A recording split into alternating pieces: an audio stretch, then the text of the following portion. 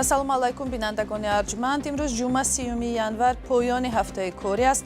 ин барномаи хабарию таҳлили ахбори озодӣ ва дар 15 дақиқаи оянда ҳамроҳ бо хабарҳоу таҳоллути муҳими рӯз дар тоҷикистон ва ҷаҳон ошно мешавем. мавзӯъҳои асосии ин нашри барнома аз ин қарор аст. ронандагони таксӣ дар душанбе мегӯянд барномаи ҷӯраки сабабгори баста шудани дигар ширкатҳои таксӣ шуд чандон ҷӯрагӣ надорад. дар ҳоле ки додстонии ҳарбии тоҷикистон таҳқиқи марги марзбони тоҷик дар сарҳад бо афғонистонро оғоз кардааст, хадамоти марзбонии тоҷикистон аз маҳви як гурӯҳи ба истилоҳ қочоқбар гузориш медиҳад.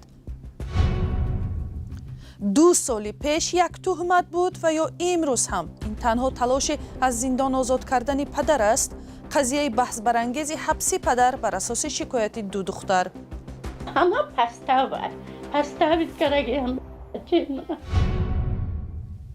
азим иброҳим вазири нақлиёти тоҷикистон дар робита ба як мушкили ронандаҳои таксӣ ки бо номи ҷӯра маъруфанд дар 2 нишасти хабари ахираш 2 нав изҳорот дода ниҳоят ҳалли мушкилоти ронандаҳоро аз салоҳияти худ берун донист. ронандаҳое ки аз хадамоти барномаи ҷӯра истифода мебаранд ҳамеша шикоят мекунанд ки бо пайвастан ба ин барнома мушкилу саргардонии онҳо бештар шуда новобаста аз он ки кор мекунанд ё на ҳар рӯз 100 сомонӣ пардохт мекунанд. онҳо фикр мекунанд пардохти ин маблағ дуруст нест ва ҳар вақте берун аз кор бошанд набояд чунин талабот наздашон гузошта шавад.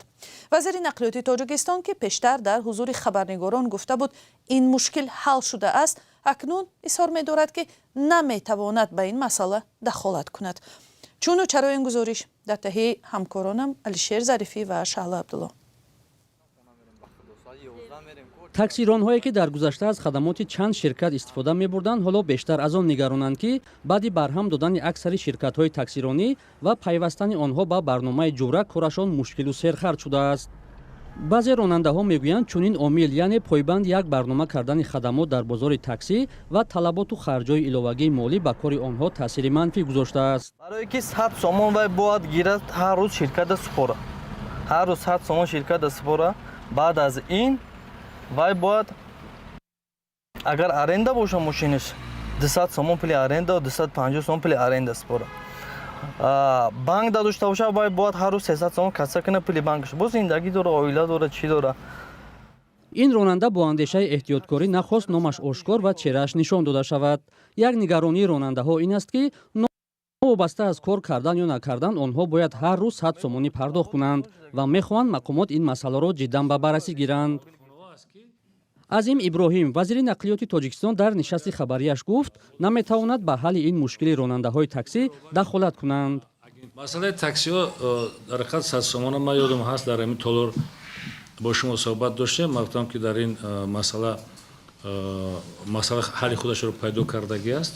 дар ҳақиқат мо ба масъалаи хоҷагидории ҳамин корхонаҳо дахолат кардан наметавонем. бибинед як вақт мо дар бораи чанд ҳазор гап мезадем. ҳозир 4 ширкат 14 000 аст.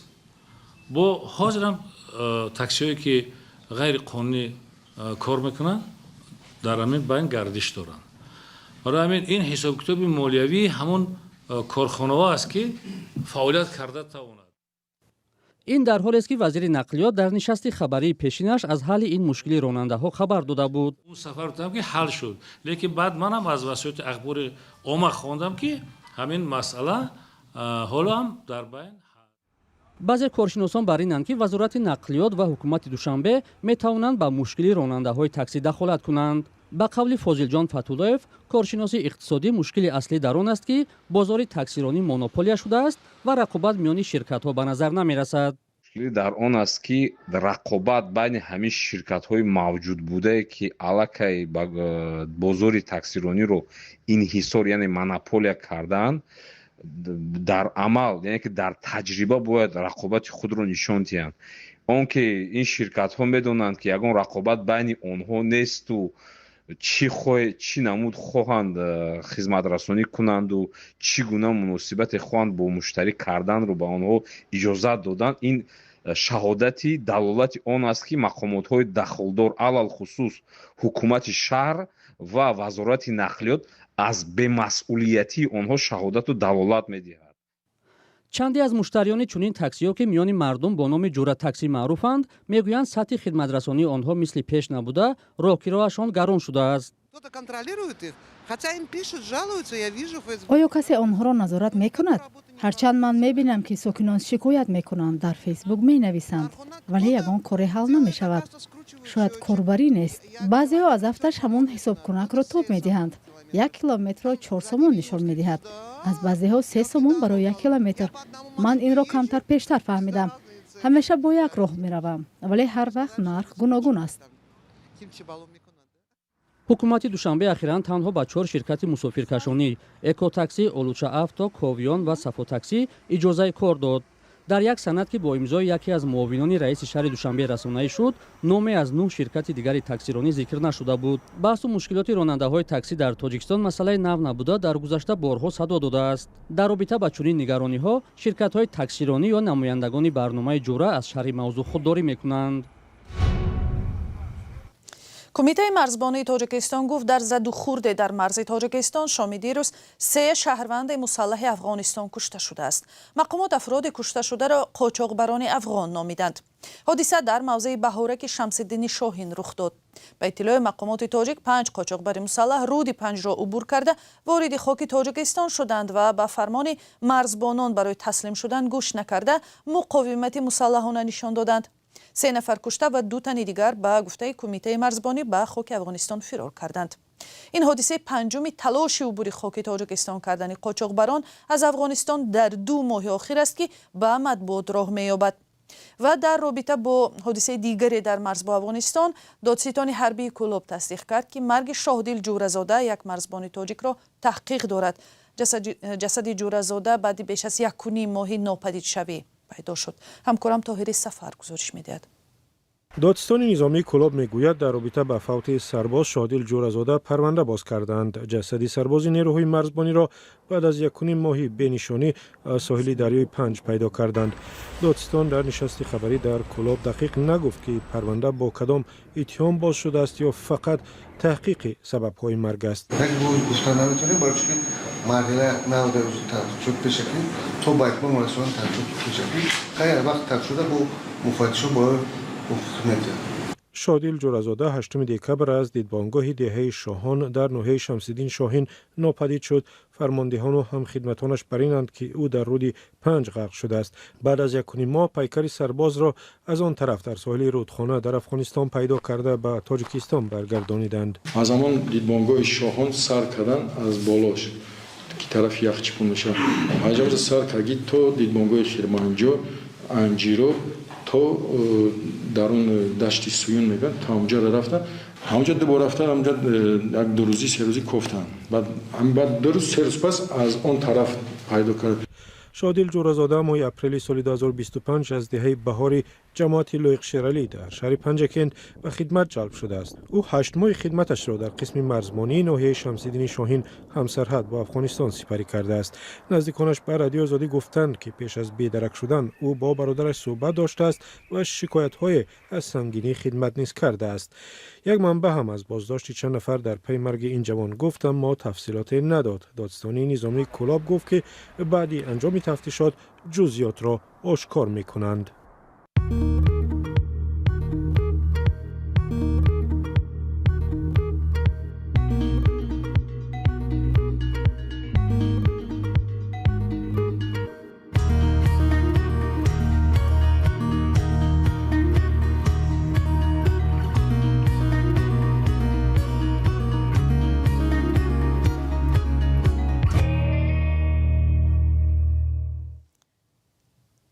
як духтари ноболиғи тоҷик талош дорад падарашро сафед ва аз зиндон озод кунад. падари ӯро 2 сол пеш бо иттиҳоми дастдарозӣ ба 2 духтари наврасаш зиндонӣ карда буданд. духтарон ки ҳоло дар ятимхона ба сар мебаранд, иддао доранд ки падар бо айби модараш гунаҳгору зиндонӣ шудааст. ҷузъиёти бештари мавзӯъ дар гузориши ҳамкорони мо аз Душанбе. падари ин духтари наврасро 2 сол пеш зиндонӣ карданд. ӯ бо айби дастдарозӣ ба 2 духтари ноболиғаш 23 сол аз озодӣ маҳрум шуд. مصاحبی ما میگوید سال 2024 خودش به یک آموزگار مکتب میانه در دیهه نقل کرده بود که پدرش او و خواهرش را آزار میدهد. مادرم مرا خودش گفته که ام خالی بگو، گفت برا در مکتب بگو ام خالی. گفتم که مرا ام خالی پدرم غم میتید، دست درازی میکنه. گریه کردم و کردم و معلم گفت انیق راسته هم میگه. با ما گفتم که ها. با وای معلم از حبس کرده با آورده دم دیرکتور ده هم مقصد معلم ها را جمع کرده مونده گفته که ام خالی گپ چپای با ام خالی بگه بده که ام خالی اومدن دادم داج ما در گونجا ندیدیم شه اومدن بردن شه همو دیدگی در سر سو دیدیم شه وقت پیش در گونجا ندیدیم شه. پدری دختران برای اجرای حرکت زورآوری دارای خصوصیت شهوانی محاکمه و حبس شد. اما حالا با گذشت تقریبا 2 سال از این حادثه نابالغ میگوید همه گفته‌هایش نسبت پدر تهمت بود و به این کار آنها را مادرش وادار کرده است. او 3 ساله بود که پدر و مادر از هم جدا شدند.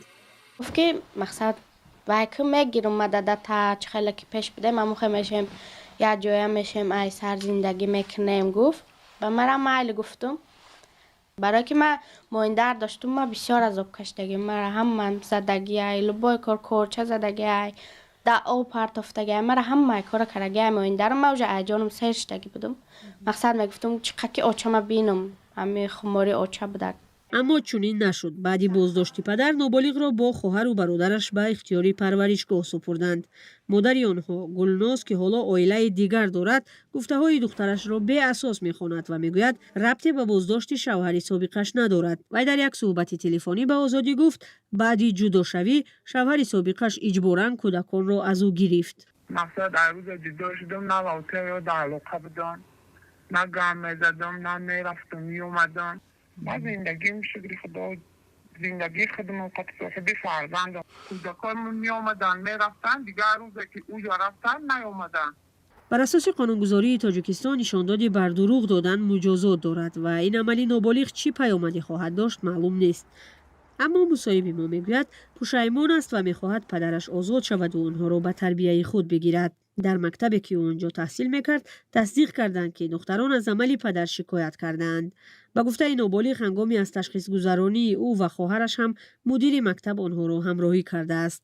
نتیجه این تشخیص به آزادی دسترس نیست. به دلیل نابالغ بودن دختران جزئیات پرونده و خلاصه تشخیصی طبی سودی مخفی میماند. حالا پدر دختران در یک زندان خوجند ادای جزا میکند. وکیل دفاع او به رادیوی آزادی گفت مرد در رفت تفتیشات گناهش را اعتراف کرده است، اما پیوندانش ادعا دارند که او شکنجه شده است و شاید تحت فشار گناه را بر دوش گرفته است.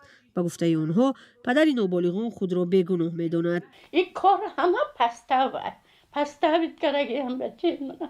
قانون‌های تاجیکستان برای دستدرازی به ناموس جزای سنگین پیش بینی می‌کند، به خصوص جنایت‌های شهوانی که در میان اعضای یک عائله رخ می‌دهند. بنا به گزارش امبودسمن یا وکالتداری حقوق کودک تاجیک، سال 2024 در کشور 88 جنایتی مربوط به آزار جنسی و دیگر حرکت‌های بداخلاقانه نسبت به نابالغان ثبت شده است.